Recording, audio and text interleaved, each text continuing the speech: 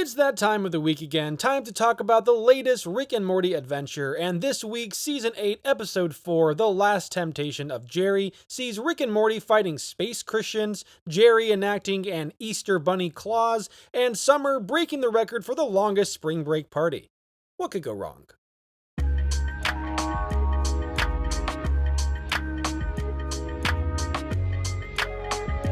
As usual, I'm seeing a very divided fan base on this latest episode, and a family-centric episode at that, something fans have been asking for more and more lately. I think I'm just gonna have to accept that this is the new norm. But that said, I'll go ahead and say it, I'll take a stance. I like this episode, probably more than I should. Rick and Morty has continued to evolve in so many ways since its pilot, but it still manages, even today, to create moments that feel like they would fit in with the earliest seasons. And for me, this was the near-perfect package to bring those nostalgic feelings to the surface. Oh my god, I killed the Easter Bunny! Along with the hopes and dreams of children everywhere. Summer! Share those jokes with me in private.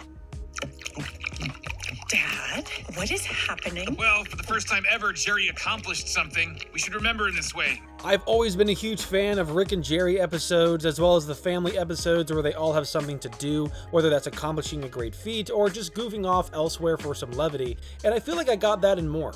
Beth, you stay with Jerry. Morty, you're with me. We're gonna Dan Brown that German necklace. Hell yeah! Easter adventure! Summer? Daytona. Exactly. Get shit-faced. Go insane. Here's a fake ID and a second alcohol stomach. Wait, did we just live through a whole calendar year? Is Summer still at spring break? You want to do more poppers? No, I'm tired. How long have we been here? I think it's December! Spring break! As I've mentioned countless times in this review series, Rick and Morty excels when it embraces its wacky, high-concept premises and pop culture references, and uses its world to poke fun at social issues like religion or commercialism with a fresh breath of philosophical air. If it wasn't for the aisle at Costco, you wouldn't even know it was happening. Yeah, Dad. Example, when's Christmas? December 25th. And what's today's date? April. Much like last season's fourth episode, That's Amorte, this one feels like it's using those crass and gory elements to push a deeper message on a vital aspect of the human experience. But also, much like Mort Ragnarok, it's trying to find that balance of poking fun at both sides and reminding us not to take things too seriously, whether that be religion or someone's artistic critique on said religion. And personally, I enjoyed every minute of it. Hey, don't scan me. I'll scan you. I can't remember the last time I genuinely laughed out loud as much as I have with a Rick and Morty episode, and everywhere I looked, there was something to gain. There was not a single wasted line, not even a throwaway joke or reference, which we'll get to. Anyway, that's the whole plot of Alien Prometheus. Wow, sounds memorable. How do we even start talking about that? I don't know, Morty. Sometimes I just get on tangent. Now, aside from the obvious spoof on the Santa Claus, which Rick even goes so far as to outright mention, there's a few hefty inspirations for this episode that make or break it as a single package, in my opinion. So, if you were as lost as I was on the initial watch, here are 3 vital details to know ahead of your rewatch to shine a light on what this episode is playing with and trying to say. First off, the title refers to Martin Scorsese's film The Last Temptation of Christ, which portrayed the life of Jesus Christ and his struggle with various forms of temptation, including fear, doubt, depression, and, most importantly for this episode, lust. In the eyes of certain Christians, especially the religious fanatics, this movie was pure blasphemy, as the whole point of Christ and his perfect life was that he was free of sin, which was why he was able to die on the cross in the first place and save us from our own sinful lives. Without that cardinal tenet, his sacrifice kinda means nothing. Ugh, this guy doesn't even die when he's dead. So keeping this in mind when you rewatch the episode, think of these Christian movie critic prudes when you see the space Christians. My species does not like sex. Is that the whole story? We think it's gross. I don't like seeing it in movies or TV. It upsets me when they reference it in pop songs. Wow. You're bumming me out. If you're gonna be such a prude, I'm getting out of here. They are an antagonistic bunch at times, seeing as they try to enforce their opinions on how others live their lives, but at the end of the day, they're also kind of the unappreciated hero, seeing as their endeavors are in the pursuit of saving mankind with their hunt for lust pheromone-fueled, terraforming Easter bunnies. The rabbit is some kind of pheromonal catalyst. Looks like it makes everyone have sex until the planet gets overpopulated and collapses. It's base terraforming. Which brings us to the second vital detail, the historical pagan origin of the Easter Bunny. This episode certainly requires you to separate church from state to enjoy its art, as I'm sure Scorsese intended with his film as well, focusing on the historical roots and context of a holiday to understand its story. Well, I truly thought Easter was a zero holiday, but Jerry, you've been Easter claused. Oh no! As we saw when Rick and Morty visited a nearby German village, the episode is playing off their Germanic roots of Easter, which is believed to be derived from Eostre, their goddess associated with spring and fertility. German Easter is a little less chocolate-centric. Say what you want about America, but we get a few things right. Hares and eggs, symbols of fertility and new life beginning, were embedded in Eostre's festivals and over time became intertwined with modern-day Christian celebration of Easter. Which is kind of a win for both sides when you think about it, seeing as commercialization of a holiday does bring more awareness to said holiday, as well as fattening the wallets of the private sector. And if we remember, Rick himself is a full believer in consumerism. Do you really like it? I didn't think you'd even care. What? Morty, no. I love it. You did the most important thing. You bought something. What? You bought something with money. Lastly, the third crucial detail this episode relies upon concerns the parts about Prometheus, and not just the Alien movie, but also the Greek mythology itself that it's based on. You see, the mythical Prometheus stole fire from the gods, with fire representing knowledge and science and civilization, and gifted it to humanity to help them progress outside the governance of gods, making him the de facto author of the human arts and sciences. In a way, he helped found humanity's identity outside of God and religion.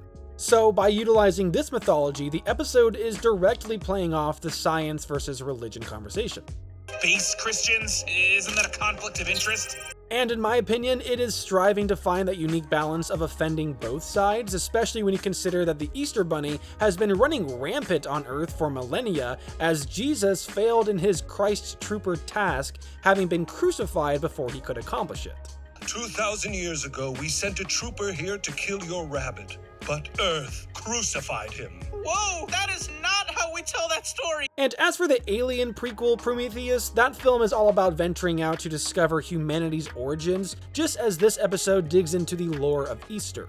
Heck, even this episode's butt people look like the engineers from that movie's planet, which is probably how Rick got to that tangent. Anyway, that's the whole plot of Alien Prometheus. Wow, sounds memorable. How do we even start talking about that? I don't know, Morty. Sometimes I just get on tangent. We could spend hours on any one of these details, but I'm trying to keep this video succinct. Literally every story beat, every piece of world building, even the mini arc of Morty becoming a better scientist is embedded in these inspirations and references. Oh, okay, Rick, so it looks like there's a space oyster and it hypnotizes animals with its pearl. Stop. I was just making a hypothesis, trying out some science. Here's science. Morty, it's exactly like that. You did science. Good job. Nice little mini arc. And all it took was a trip to Amadabra. In my opinion, what makes this episode work despite pulling so many different inspirations together is that it keeps the focus on the main aspect that these different mythologies share, religious roots. Is man subject to God and at the mercy of his whims, or does mankind have full agency in their endeavors, equally capable of taking action as being a pawn of their own fleshly desires? I'm so glad you asked. You weren't actually asking. Get off our lawn. Either way, the human experience is the product of all mankind's choices. Now, all that said, it's not a perfect episode, and I do have some critiques of my own. While I thoroughly enjoyed its sense of humor and even its more schlocky action sequences, which is in line with the show's current trend, there are 3 other details I found off-putting. First off, I found they kind of piggybacked off of Scorsese's original risk in crucifying, pun intended, Christ's character from the biblical text for the sake of an emotional story, or in this case, a sci-fi comedy thriller. They do find ways to incorporate Jesus Christ into the episode's lore, but the story itself is more about the German historical roots of the Easter Bunny and the Greek mythology surrounding Prometheus. So in the end, Christ is just sort of shoehorned in, and it feels less legitimate and, in truth, a bit distasteful. Secondly, this is an overall issue I have with Hollywood these days, but they have no qualms with poking fun at Christianity, and being a Christian myself, I enjoy doing the same from time to time, but when it comes to poking fun at other religions and their holidays, it's off-screen. That should do it. I'm happy we did all the other religious holidays off screen. feels a little bit like a cop-out to me. Are they scared of offending those other religions? If they are, I would have to wonder why. Rick, what does this mean? Not sure. I have a few questions. And lastly, the timeline of this episode spans 48 hours, but it feels very fast. Gave me a bit of whiplash when I realized that. But I guess most of that time was spent with Rick and Morty traveling back to Earth by way of the Easter Island statue ships, which again was off-screen. He's in the garage, and unless you guys just jerked around for the last 48 hours, you know how to fix this. He's my grandson. I made a vaccine. Overall, I really enjoyed The Last Temptation of Jerry, and I'm not afraid to admit it, sin or not. It felt like OG Rick and Morty to me, where they take a few inspirations to create an insane premise and execute it in a manner that speaks volumes on every front. Trying to work out the big mythology here, and all I'm getting is H.R. Geiger meets Coachella. It is certainly wild in some places, and yet plays it safe in others, trying to subtly find that balance of offending both sides with regards to the science versus religion argument. Christ guys hate the ball guys? What is the lore? Who do we help? The idea that most people don't understand Easter, which is arguably the more religious Christian holiday compared to Christmas, is quite hilarious to me, and I thought the episode found unique ways to poke fun at both the artsy pagan blasphemers and the religious nuts who take it way too seriously. Doesn't anyone celebrate Easter anymore? I don't want to force people to go to church or anything. Can you even tell me what Easter is about? It's when Christ was born. Or was murdered, maybe. I don't know. In the end, this does feel like a weird Frankenstein amalgamation of an episode, pulling together different mythologies to poke fun at religious holidays without really having an obvious reason for doing so, outside of being a satirical take on the absurdity of religion and its lore. But even still, it's a hilarious adventure that pushes the humor and gory nightmare fuel to the max. God, I do not want to say climate change on this show. I don't know which way Zaslav voted. Stop the dentist! Morty, it's one word. We just said it. Andromeda. All right, to Monobra. Are you messing with me? It is my humble opinion that we still have yet to get a great Easter-based episode from TV in general. Whether it be live action or animated, sitcom or drama, we still don't have our Abed's Uncontrollable Christmas or Treehouse of Horror for Easter. Bob's Burgers almost came close a few years back with their Easter episode, but in my opinion, it still missed the mark, as most do. And if you're interested, you can check out my breakdown on why that is by using the link at the top of the screen or in the description below. But before you go, don't forget to subscribe so that you don't miss the next Rick and Morty review, or do me the favor of leaving a like and commenting your thoughts on the episode down below. If you're enjoying the content and want to let the YouTube algorithm know, consider watching another video of mine from the outro. That's certainly the best way to help boost this channel. But as for now, that's going to be it for me. Thank you all so much for tuning in and sticking around. I will see you all next time.